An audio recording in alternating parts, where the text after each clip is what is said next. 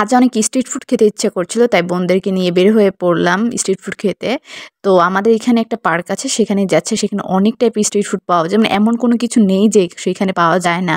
তো এই তো চলে এসেছে, আর আজকে অনেক ভিড় ছিল, অনেক মানুষ ছিল। তো এসে আমরা প্রথমে খাবার অর্ডার করলাম। এই ঠান্ডা ঠান্ডা ওয়েদারে গরম গরম মোমো খেতে কিন্তু অনেক ভালো লাগে, আর আমি গরমকালে অনেক মোমো খাই। মোমো এমনিতেও অনেক পছন্দ, আর এই মোমোর টেস্টও আসলে অনেক মজা ছিল। এখানে টমেটো কেচাপ, ধনেপাতাটা চাটনি ছিল, আর এই সাদা চাটনিটা তো অনেক বেশি মজা ছিল, আর ভিতরে অনেক চিকেন দেওয়া ছিল।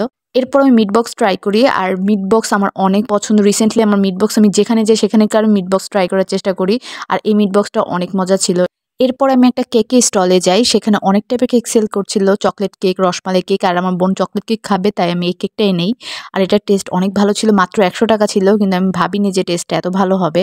আর উপরে এই হার্ট শেপের চকলেটটা অনেক মজা ছিল। এরপর গেলে রসমালাই কেকটা ট্রাই করবো ভেবেছি।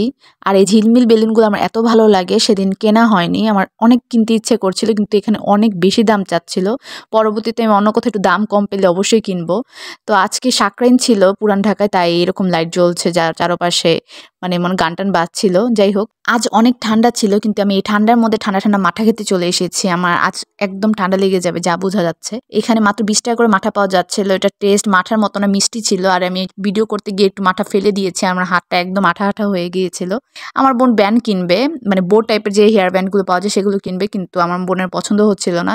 এখানে কসমেটিক্স, বাচ্চাদের খেলনা ছাড়া আরো অনেক কিছুই পাওয়া যায়, আর খাবার তো আছেই।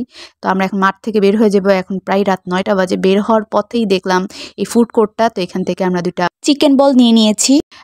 না যেতে যেতে মানে খেতে খেতে যেন যেতে পারি, কথা একদম জড়িয়ে যাচ্ছে। যাই হোক, এই তো আমরা বাসার কাছাকাছি প্রায় চলে এসেছি। তো আজকে ভিডিও ছিল এই পর্যন্তই।